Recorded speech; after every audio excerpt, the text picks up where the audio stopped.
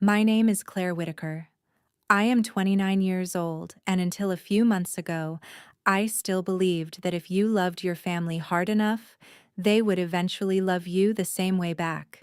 I lived alone in Bellevue, Washington, worked a steady compliance job, paid my own bills on time, and somehow still found room to keep rescuing the people who raised me. That Tuesday night, I was halfway through answering work emails when my phone lit up with a video message from my older sister. For 1 second, I thought maybe she was finally reaching out to apologize for not inviting me to her birthday the week before. Instead, I pressed play and felt my whole body go cold. The video was taken inside a crowded bar, all dim lights and laughter. And then I heard my mother's voice clear as day. She was laughing about the $3,000 I had sent her without even asking why she needed it. My father called me their walking ATM. Then my sister, sounding amused and completely unbothered, said all they had to do was pretend they cared about me and I would keep paying. 3 seconds later, the video disappeared from the chat, but not before I saved it. I must have watched those 28 seconds 50 times that night, hoping I had misunderstood, hoping there was some context that could make it less cruel, less real. There was not. By 2 in the morning, I was sitting on my couch with 6 months of bank statements open on my laptop. And for the first time in years, I stopped asking how much my family needed from me and started asking a very different question. How much of my life had they already taken?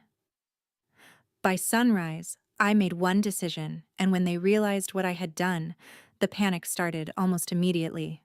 By morning, I had canceled the transfer I was supposed to send my father that Friday. $2,800 for what he had called an urgent roof repair. The night before, I would have sent it without hesitation. That morning, I stared at the pending payment for a full minute, then deleted it, and felt something shift inside me. It was not peace. Not yet. It was closer to nausea mixed with clarity. For 5 years, I had been the reliable one, the useful one, the daughter who never let a call go unanswered when the words emergency, bill, or family came up. It had started when I was 24 and landed my first real job after college. I still remember my mother telling me that families survive by carrying each other through hard seasons. My father said I was the only one with a stable head on my shoulders. My sister always had a reason she was temporarily behind: a bad manager, a delayed paycheck, a rough month, a plan that almost worked. I believed all of them because I wanted to believe I came from people who loved me, not people who calculated me. So I helped with medical copays, utility bills, rent gaps, car repairs, and credit card balances that were always described as one-time problems. I told myself I was being generous. Looking back, I was being trained. After canceling the transfer, I sent one simple text to the family group chat. Unexpected expenses came up on my end. I cannot send money this month. For a while, nothing happened. Then my phone started vibrating so hard it rattled across the kitchen counter. My mother called first. She sounded breathless and wounded, asking if something terrible had happened and reminding me that she had a specialist appointment coming up. My father followed with a message that was not worried at all, only angry. He wrote that real family does not disappear when people are counting on them. Then my sister sent a fake, light-hearted text with a laughing emoji, asking if I was seriously going to leave everyone hanging over one bad month. I read every message without replying. What stunned me was not the pressure itself. It was how quickly they all moved to the exact same point. None of them asked if I was okay. None of them asked what kind of unexpected expense I was facing. None of them asked whether I needed help. Their panic was not about losing me. It was about losing access to me. By noon, my mother had called 5 times, my father twice, and my sister had sent 3 follow-up texts that got meaner each time. I should have felt guilty. A part of me did. But every time that guilt tried to rise, I heard her voice again from that bar. Pretend we care, and she will keep paying. That sentence did something irreversible to me. It took every old excuse I had built for them and set it on fire. And once I saw that pattern clearly, I knew canceling one transfer was not enough. I had to find out how much of my life had been quietly siphoned away while I was still calling it love. That afternoon, I logged out of work early and opened every financial account I had. Not because I was calm, but because I knew if I let myself sit with the betrayal too long, I might do what I had always done and talk myself back into forgiving them before I even understood what they had done. I started with my checking account, then my savings, then the credit card I mostly used for groceries and gas. At first, nothing looked shocking. There were the usual transfers I already knew about, the ones I had agreed to because someone in my family always seemed to be one disaster away from collapse. But once I stopped reading the statements like a daughter and started reading them like a stranger, the details changed. There were charges I did not recognize. Small ones at first. A clothing order. A beauty supply purchase. A ticketing charge that looked like it came from a concert platform. Separately, none of them were large enough to trigger alarm. Together, they formed a pattern that made my stomach tighten. They had been spaced out just enough to disappear into the rest of my spending. I pulled up old emails and found receipts attached to purchases I had never made, all sent to an inbox folder I rarely checked. Then I searched my messages and remembered something that made me feel even sicker. 2 years earlier, when my sister claimed her phone had died and she needed to order something urgently, I had handed over one of my card numbers and told her to use it just once. I never checked whether once had stayed once. It had not. By the time I finished tracing the unauthorized charges, the total was just over $7,000. I was still staring at the screen when a text came in from Ethan Mercer, a cousin I only heard from around holidays or funerals. He asked if I had really agreed to co-sign something for my father because he had overheard a conversation that did not sound right. My hands went cold. I called him immediately, and he hesitated before telling me my father had apparently been bragging that he knew how to get approved as long as he used the name of the child with the clean credit. I did not even thank him before I hung up and pulled my credit report. That was when the story stopped being painful and became dangerous. There were accounts on there I had never seen before. 2 personal loans and 1 line of credit. All opened within the last 18 months, all tied to my identity. One of them listed me as the primary borrower. Another showed me as a guarantor. I called the lender on the first account and forced myself to sound steady. The representative emailed me a copy of the application. My name was on it. So was a signature that looked enough like mine to fool a machine, but not enough to fool me. I checked the next file, then the next. Same thing. Slightly different slant. Same lie. I sat there in absolute silence, hearing nothing but the hum of my refrigerator and my own pulse in my ears. It was not one desperate mistake. It was repeated, planned, comfortable. I went back into my email and started searching every word I could think of. Roof, doctor, emergency, loan, help, family. One thread finally stopped me cold. It was an old forwarded chain my mother must have accidentally sent me months ago and then buried under newer messages. At first glance, it looked harmless. Then I read it more carefully. She had written to my sister that asking me for too much at once would make me nervous, so they needed to give it a couple of weeks between requests. My sister replied that medical reasons worked best because I always got emotional when health was involved. There was even a line about keeping the amounts uneven so it felt real. I read that email 3 times, then pushed my chair back so fast it scraped across the floor. For years, I had thought I was responding to hardship. In reality, I had been responding to scheduling. I spent the next hour saving everything: screenshots, PDFs, receipts, statements, loan documents, email chains. I backed them up to cloud storage and then to an external drive because suddenly paranoia felt less like fear and more like common sense.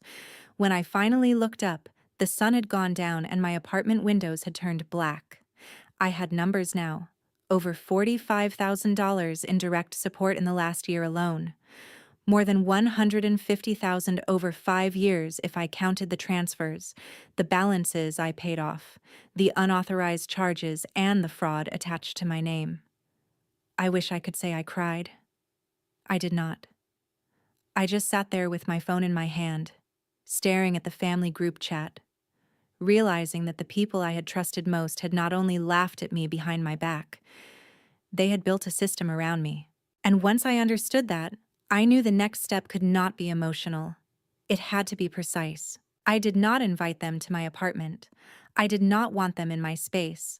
And I did not want a private room where they could corner me, cry on cue, or rewrite what happened after the fact. So that Saturday, I told them to meet me at a busy coffee shop in downtown Bellevue. I arrived early, chose a table near the center of the room, and kept every document I had printed inside a plain black folder on the chair beside me. When they walked in together, they looked almost normal. My mother wore the same worried expression she used whenever she wanted sympathy before anyone even knew the facts. My father had that stiff, irritated posture that meant he had already decided I was the problem. My sister came in last, sunglasses on, acting bored, like this was all an inconvenience she planned to charm her way out of. None of them knew I had stopped coming there as a daughter looking for answers. I was there as the person holding the evidence. My mother sat down first and reached for my hand. "Claire, honey, what is this? You've been scaring us." I pulled my hand back and placed my phone on the table. "You can stop pretending now." My sister's face changed first, just a flicker, but I caught it. Then I pressed play. The bar noise filled the space between us. Laughter, glasses clinking. My mother's voice, bright and amused, talking about the $3,000 I had sent without asking questions. My father calling me their walking ATM. Then my sister, casual and cruel, saying that all they had to do was pretend they cared, and I would keep paying. I let the whole thing run. No one spoke for a second after it ended. Then my mother gave a shaky little laugh and said, "Claire, that was a joke. You know how people talk when they've been drinking." My father leaned back in his chair and scoffed. "You dragged us down here over that? Over one stupid conversation?" My sister folded her arms. "I sent that by accident and deleted it right away. You were not supposed to take it so seriously." I looked at her for a moment. "Not supposed to?" I said. "That's your defense?" My father cut in before she could answer. "You are acting paranoid. Families vent. That does not mean anything." I opened the folder and slid the first stack of papers across the table. Bank transfers, credit card charges, loan documents, printed emails. My mother's hand actually froze halfway toward the page. My father's expression hardened when he saw the lender letter. My sister looked from one document to the next, then quickly away. "I know about the charges," I said.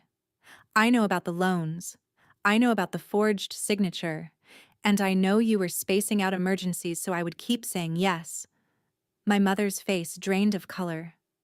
"Claire, listen to me," she whispered, suddenly switching tones. "You are overwhelmed right now. You are putting things together in the worst possible way." "No," I said, keeping my voice level. "I am finally putting them together the right way."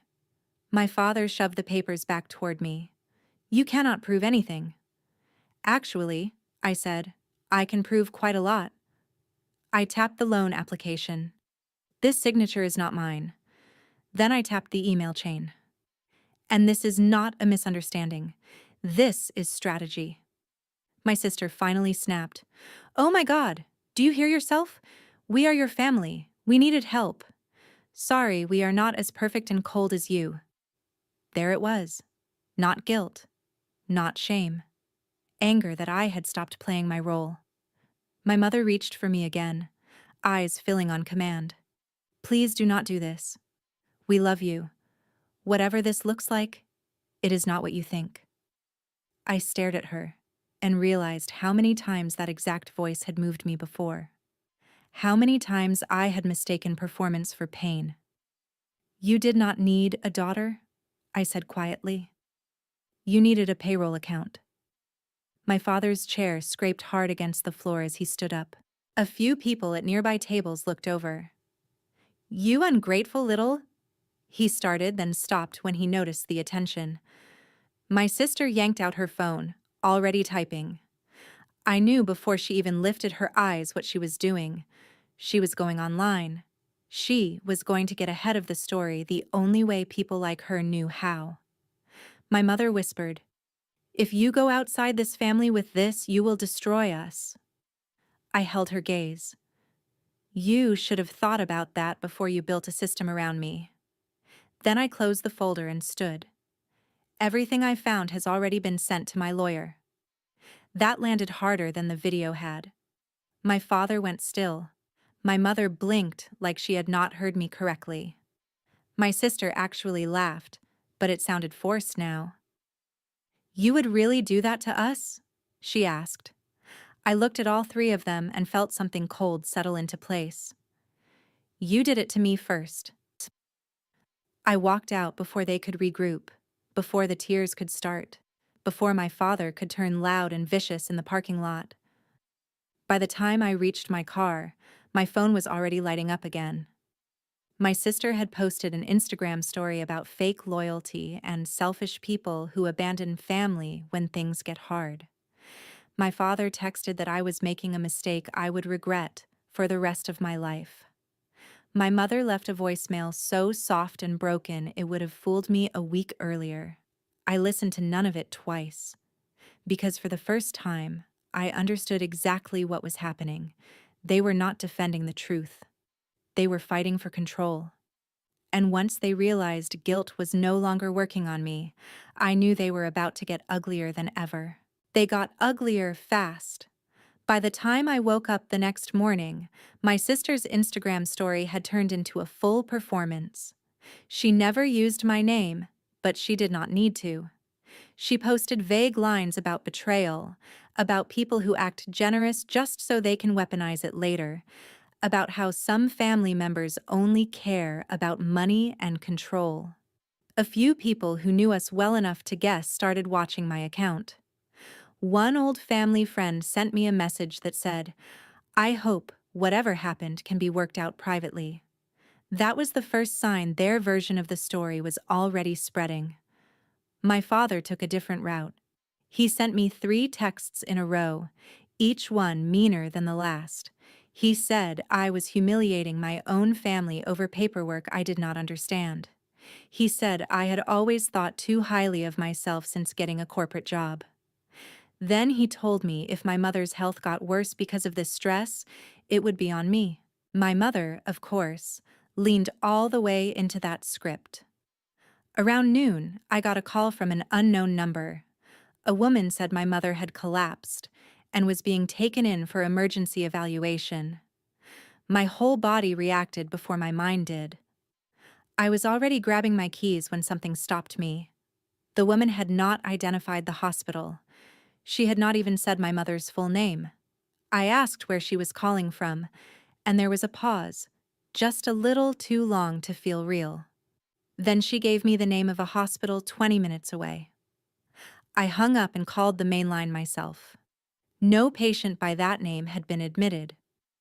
I stood there in my kitchen with my hand wrapped so tightly around my phone it hurt, and I realized they had graduated from manipulation to theater. They were not trying to repair anything. They were trying to trigger me back into obedience.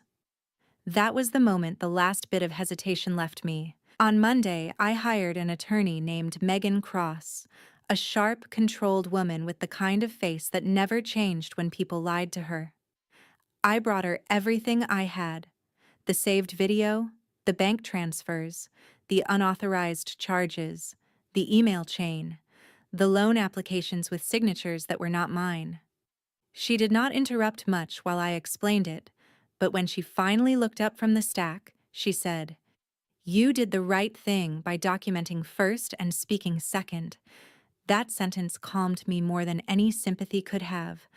For the first time since the video, I felt like I was standing on solid ground. Megan helped me move quickly. We froze my credit with all three bureaus. We disputed the fraudulent accounts. We contacted the lenders and requested copies of every application tied to my social security number. She told me to change every password I had ever reused, lock down my bank access, set alerts on all my accounts, and stop replying to my family completely. Then she drafted a formal cease and desist letter covering harassment, defamation, and any further attempt to use my identity for financial gain. It was sent by certified mail to all three of them. The effect was immediate. My father stopped texting me directly and started leaving angry voicemails instead, as if speaking instead of writing would protect him. My mother mailed me a handwritten letter filled with trembling apologies and lines about how no mother deserves to be treated like a criminal by her own daughter. My sister called from a number I did not recognize and tried a new tone altogether. Soft voice, fake tears.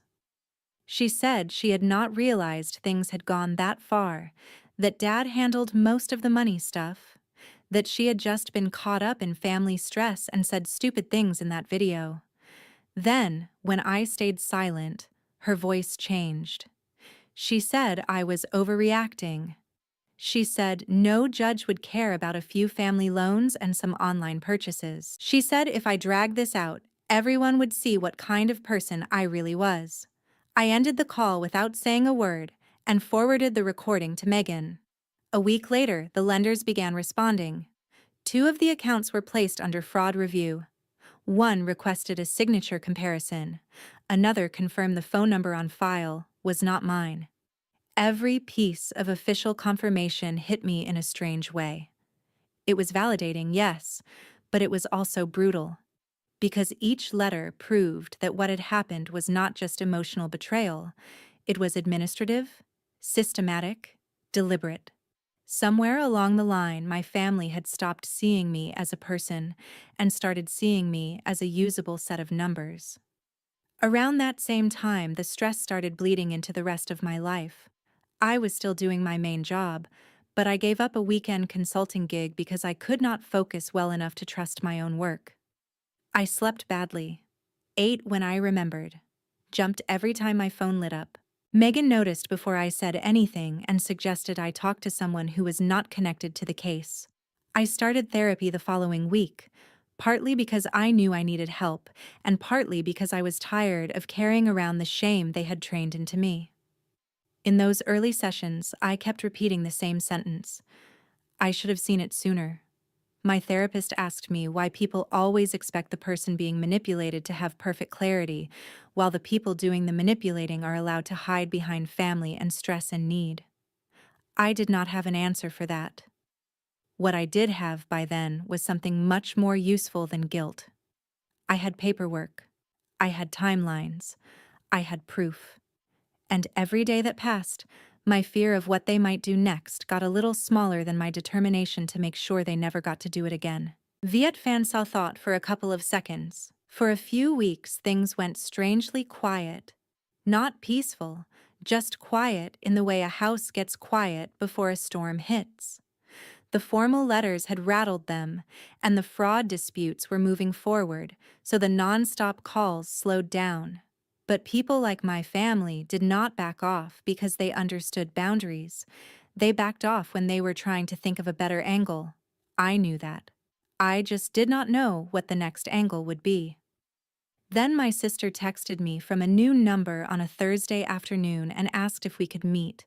She said she did not want money, did not want to argue, did not want to talk about lawyers.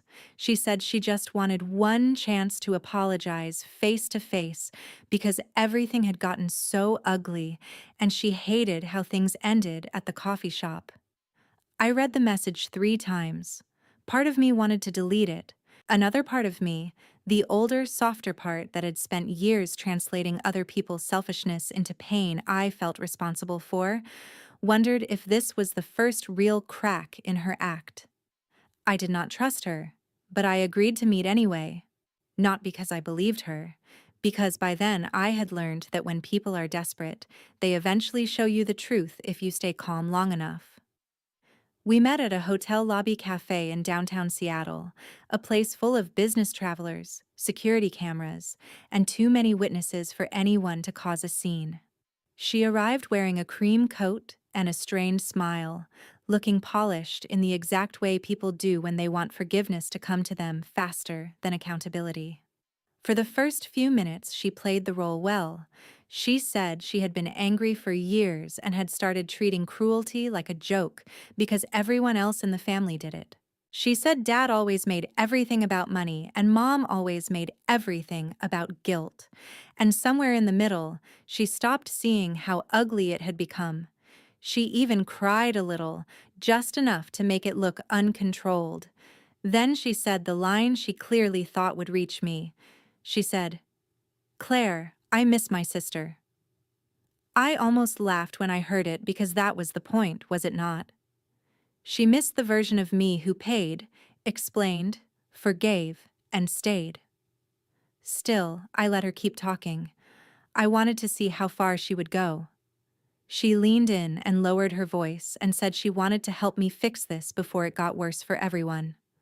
Not fix what they had done, fix the consequences.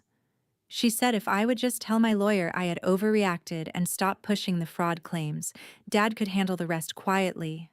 That was the first time the mask slipped. Not all the way, but enough. I looked at her for a second and asked, "Dad can handle what exactly?" Her face tightened. She said, "You know what I mean." "No," I said. "I really do not. Explain it to me."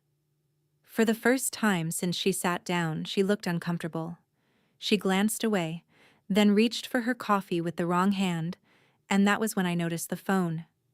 It was partly hidden inside the open side pocket of her purse, camera facing out, screen dark but angled in a way that made no sense unless it was recording. I stared at it for one full second, then back at her. Everything inside me went cold and calm at the same time. Even now, after the letters, after the evidence, after the public humiliation, she had not come there to tell the truth. She had come there to manufacture a new one.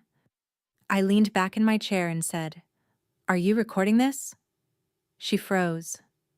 It was slight, but it was there. Then she gave me an offended look and said, "Of course not." I reached across the table, took the phone from her bag before she could stop me, and turned the screen on. The recording timer was running. She actually had the nerve to look embarrassed, as if I had caught her in something small and awkward instead of something calculated and disgusting. "Give that back," she snapped. I held it just out of her reach and felt something inside me settle for good. The worst part was not that she had used me for years. The worst part was that she still believed I was stupid enough to fall for one more performance. I set the phone on the table between us and stood up. "You do not miss your sister," I said quietly. "You miss access."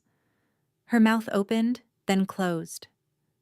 A couple of people nearby glanced over, but I kept my voice even. "You came here hoping I would say something emotional you could twist, or something uncertain you could hand to Dad and his lawyer and use against me. That is not an apology. That is just the same scam in nicer clothes." She stood up too then, anger finally beating strategy. "You think you are so much better than us," she hissed. "No," I said. "I just finally stopped being useful to you." I left the phone on the table and walked out before she could recover. By the time I got to the parking garage, I had already forwarded the details of the meeting to Megan, along with a summary of what happened and the fact that my sister had attempted to record me deceptively during an active fraud dispute. Megan replied within an hour, "Do not meet with any of them again without legal notice or a third party present. We will add this to the file." That same week, things began to fall apart for them in ways no dramatic speech ever could have accomplished. One of the lenders closed its review in my favor and removed the account tied to my name. Another sent notice that the application contained inconsistencies serious enough to support the fraud claim. A collection notice linked to one of the disputed balances was redirected away from my file. For the first time in months, the paper trail was not just exposing damage, it was reversing it. Word also started getting around, not because I posted anything, but because facts travel differently when they are attached to certified letters and lender findings instead of family gossip. People who had quietly watched my sister's posts stopped reacting.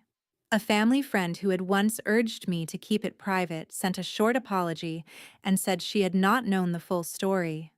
My father's messages, once loud and threatening, shifted into something tighter and more desperate. He left a voicemail saying they were under pressure and I had made everything impossible.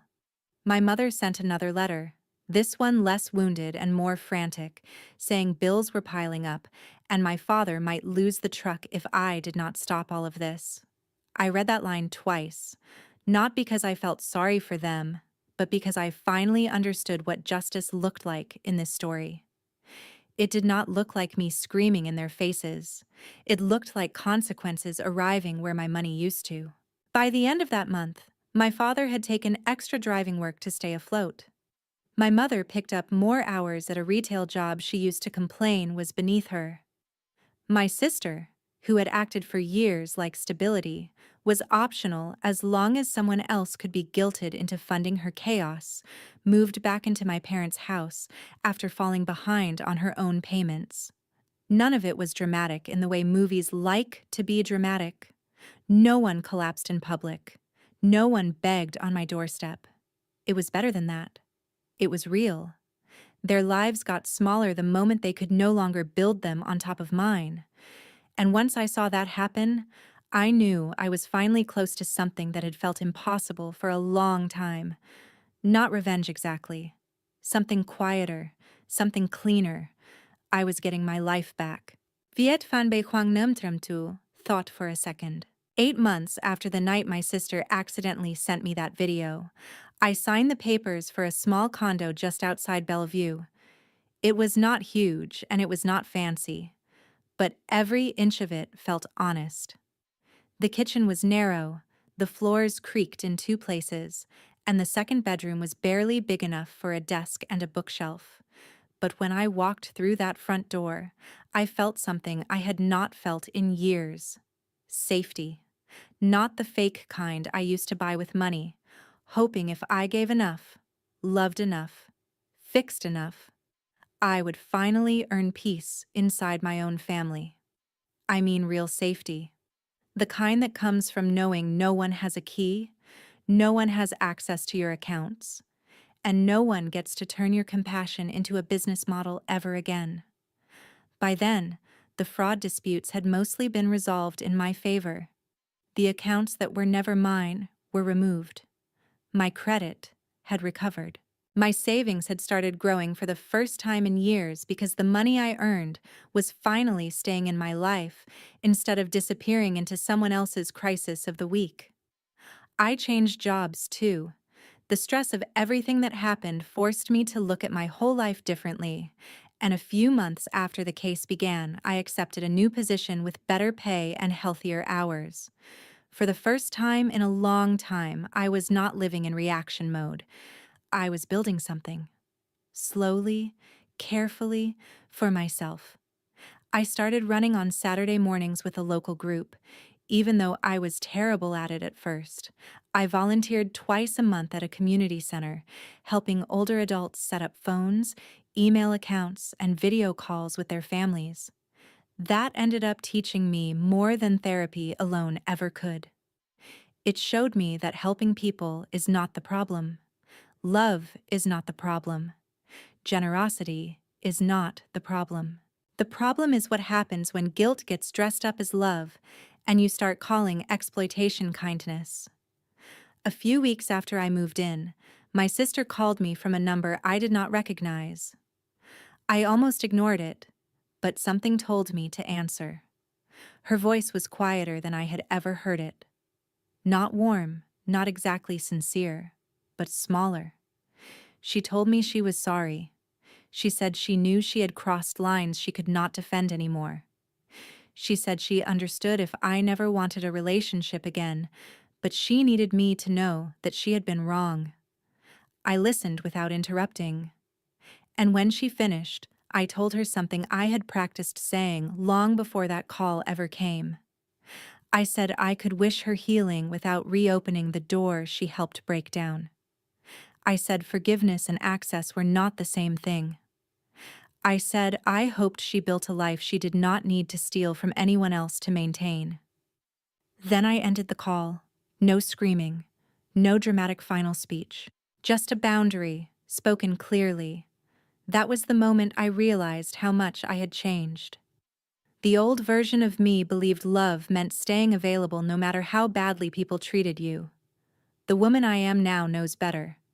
Real love does not keep score, does not schedule fake emergencies, does not laugh about your generosity over drinks, and does not panic only when the money stops. Real love has respect in it. It has honesty in it. It has limits. If this story taught me anything, it is that boundaries are not cruelty, and saying no does not make you selfish. Sometimes saying no is the first honest thing you have said in years. Sometimes the most important person you save is yourself. I used to think losing my family would break me. What actually broke me was the illusion that they had ever loved me in a healthy way. And once that illusion was gone, I could finally see what freedom looked like. It looked quiet. It looked earned. It looked like peace. If you have ever been made to feel guilty for protecting yourself, listen to me carefully. You are not heartless for stepping back from people who only show up when they need something. You are not wrong for questioning patterns that leave you drained, anxious, and ashamed.